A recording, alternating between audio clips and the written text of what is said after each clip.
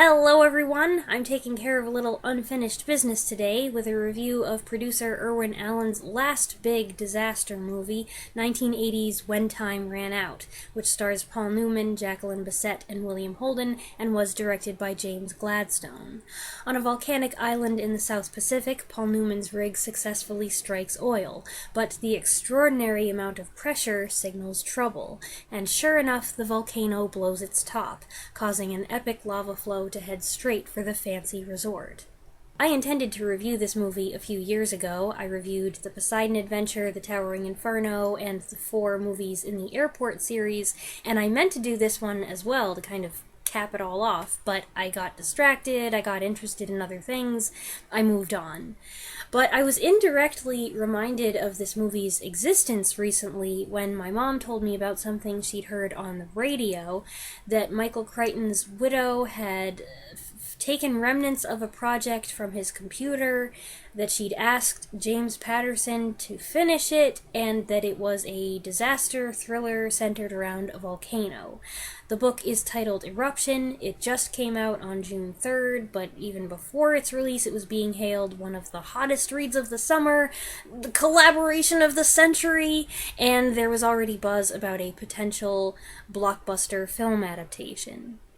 Personally, I'm not interested in reading it. I have enjoyed a few Michael Crichton books, but since he's been dead since 2008, he obviously didn't have any say in the final book that's got his name plastered all over it, and I disapprove of that. I disapprove of it the same way I disapprove of people putting dead actors' likenesses into films and having them say and do things that they might not have wanted to do. It's totally unethical to me, so I'm against it on that principle. Also, based on some reviews I've read, it sounds like James Patterson fans, or fans of James Patterson's ghostwriters, love it, and everybody else is unimpressed. But anyway, I bring it up because one reviewer mentioned that the story reminded them of the 1980 flop When Time Ran Out, and when I read that, I was like, oh yeah! I forgot about that. So I ordered it from the library, and now here we are. I've seen it, and it's a movie. Big budget, big action, star-studded disaster flicks dominated the 1970s, but by the end of the decade, the trend was losing steam. The quality of the films was declining, while audiences were shifting their attention toward science fiction, fantasy, medieval epics, and space opera. Released on March 28, 1980, When Time Ran Out is essentially the last big gasp of the 70s disaster movie craze. I went over some of these numbers before, I think when I reviewed The Poseidon Adventure, but it's been a while, so let's revisit them. These are the budget and box office stats for Irwin Allen's 5 theater-released disaster films. 1972's The Poseidon Adventure cost $5 million and earned $125 million. 1974's The Towering Inferno cost $14 million and earned $203 million. 1978's The Swarm, which Allen directed, cost $21 million and earned $7.7 million. 1979's Beyond the Poseidon Adventure, which Allen directed, cost only $10 million and earned $2.1 million. 1980's When Time Ran Out, which the studio insisted Allen not direct, cost $20 million and earned only $3.8 million, making it his biggest box office bomb. I have always been curious why, after The Towering Inferno was such a profitable film, Allen suffered these enormous losses. Were people just that tired of disaster movies, or were they tired of him? Or did the later movies' content just fail to garner public interest? For comparison, let's look at a couple other late 70s disaster movies that Allen was not associated with. The Concorde Airport 79 came out in August 1979, made on a $14 million budget. It also didn't do great in the US, but it performed decently overseas and ultimately earned $65 million. Meteor came out in October 1979, made for $16 million, and it earned $8.4 million. So that's another bomb. And though both of these movies movies did better than Irwin Allen's last two films, neither one did particularly well. So there is evidence that disaster movie fatigue had set in by late 79 going into 1980, and audiences may very well have become wary of any film with Allen's name attached. But I also think it's just that this particular movie failed to get people into the theater. It is so bland and nondescript. It's got a lame title that's not interesting and not memorable. My poor mother has had a terrible time trying to remember it. There's no exciting opening sequence to grab your interest, and the pace is, so tedious. There's so much time given to boring stuff like chit-chat, relationship drama, traveling in helicopters, traveling in planes, traveling in trucks, uncomfortable pauses, people looking at each other. There are a number of awkward interactions. Some are intentional, others, I don't know, and it was hard to grasp how all these people are related and what role each one plays. Newman's the oil guy working with James Franciscus, who is the son-in-law of William Holden, who owns the resort. Franciscus is a sugar tycoon's son trying to make boku bucks on oil. He's cheating on William Holden's stepdaughter with Edward Albert's fiance. They're like the management at the resort. And Newman and Holden are in an unconvincing love triangle with Jacqueline Bisset, who used to be with Newman and then left him to work for Holden. Holden wants to marry her, but she's still pining for Newman. It sounds like I'm describing a soap opera. There are also a lot of similarities between this and the Poseidon Adventure and the Towering Inferno. Same stars, similar character types, same kind of setup, similar narrative structure. But those movies worked. I like those movies. I've seen them several times apiece. They're enjoyable and engaging. This has hardly any energy and zero originality. Several of the stars had to appear in the movie because they were under contract to Irwin Allen, and you can kind of tell they weren't invested. Allegedly, they all identified early on that the picture was gonna fail. I guess Allen had wanted to make a Towering Inferno 2, which, considering what happened with Beyond the Poseidon Adventure, sounds like a terrible idea, and Steve McQueen apparently identified that and said no. So Newman was put on this movie instead. Supposedly, he only did it for the money, which he used to launch his salad dressing company in 1982. Newman's Own has made millions for charity, so I guess this movie was financially successful indirectly. Newman and Holden were in the Towering Inferno together, while Ernest Borgnine and Red Buttons were in the Poseidon Adventure together. Borgnine again plays a New York cop, but this time he's on Red Buttons' tail, looking to pin him for a white-collar crime. They share most, if not all, of their scenes, and I wonder if they were ever like, "Hey, remember when we did the Poseidon Adventure? That was an exciting job. A lot better than this one." Borgnine's detective gets injured and spends the rest of the movie wrapped in bandages. But in a surprising twist, it's Buttons who rescues him and looks after him, which makes for a nice little subplot. I found that more compelling than most of the other storylines.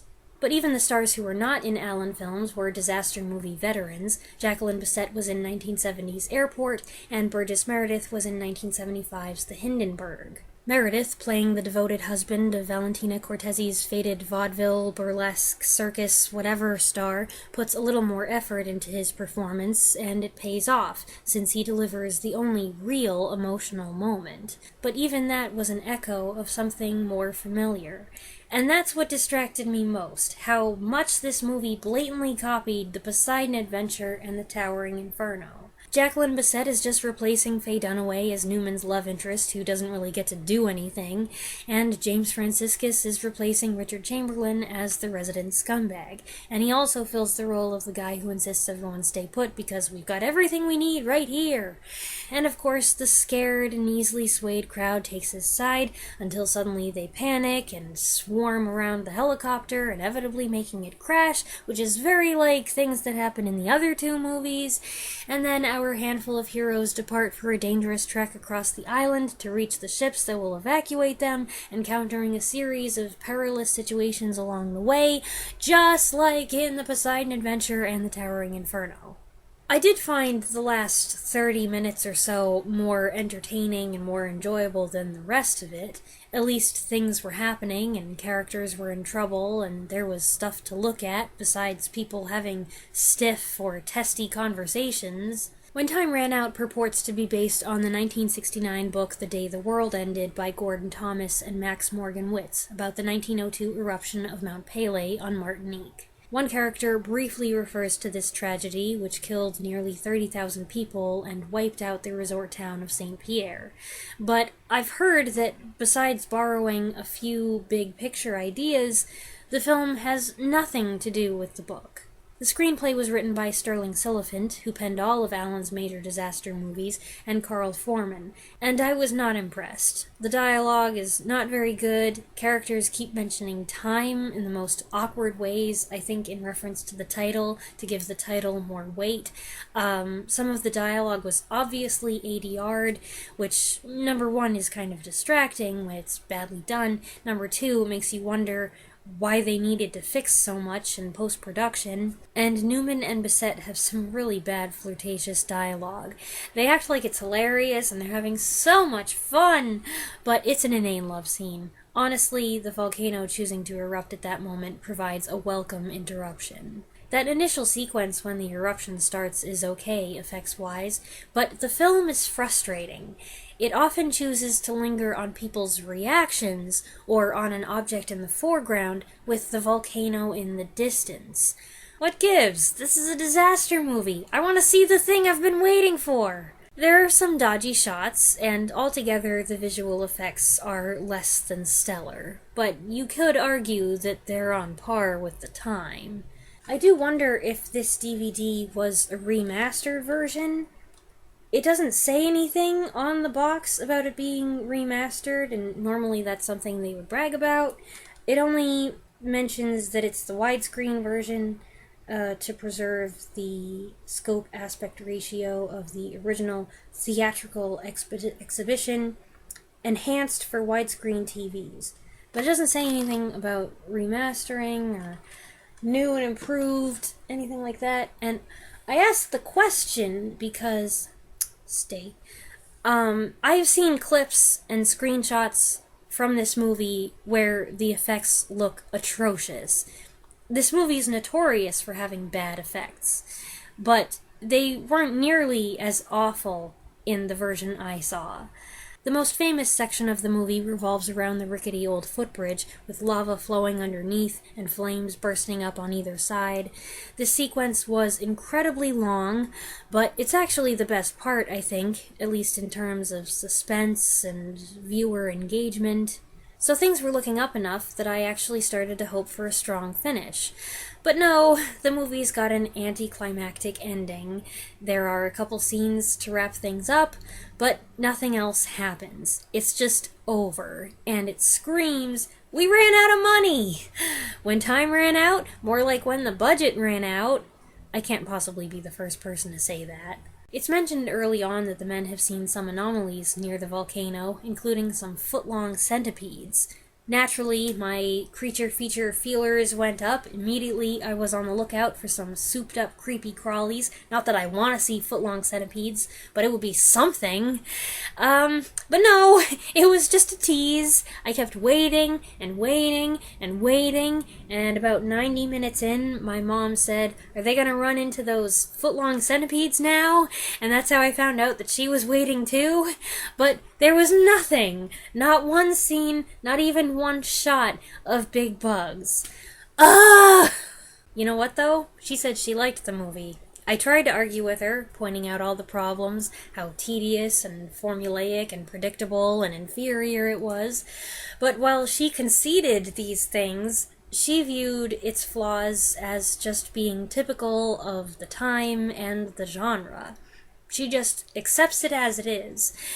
Which I guess is the better attitude to have. I've applied that logic to other movies, and that's how you end up having a pleasant experience with a subpar film. It also helps if you love disaster movies, and she does. A disaster movie has to be really bad to lose her.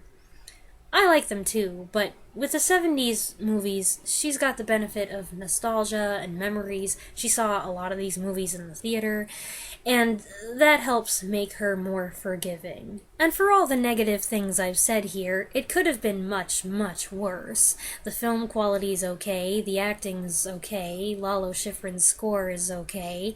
It's not an incompetent film. It's got bona fide stars, real sets, expensive location shooting. It doesn't look like it was filmed with a potato. It's technically better than many other films I've reviewed. But I was so bored!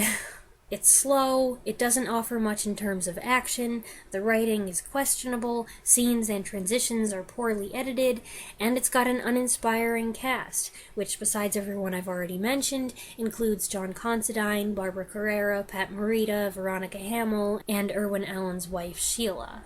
Also, Lonnie Chapman and Sandy Kenyon. You might not know their names, I didn't, but you might recognize their faces. They were in lots of things, including a ton of TV, going back to the 1950s.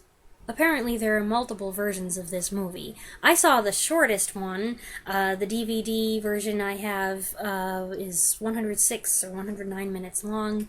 The theatrical cut was 121 minutes, and it includes a character death that occurs abruptly off-screen in my version. I do think that should have been included. I don't know what else is missing. There's also a 141-minute expanded cut, which you can watch on YouTube if you so desire.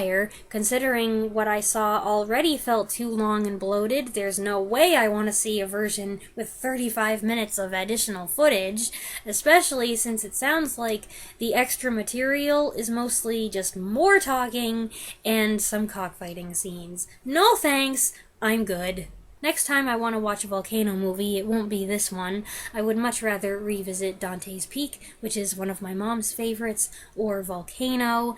They are both volcano disasters done well on a big scale, with enough character development to get you invested in the story, while keeping a strong emphasis on rising tension and intense peril. Those are my thoughts on When Time Ran Out. I don't prefer to do negative reviews. I would rather spend this time talking about something I liked, but I hope you enjoyed the video anyway. I would love to hear your thoughts on this movie if you've seen it in the comments below, so go ahead and share those if you like, and I'll be back next week with another video. Thanks for watching.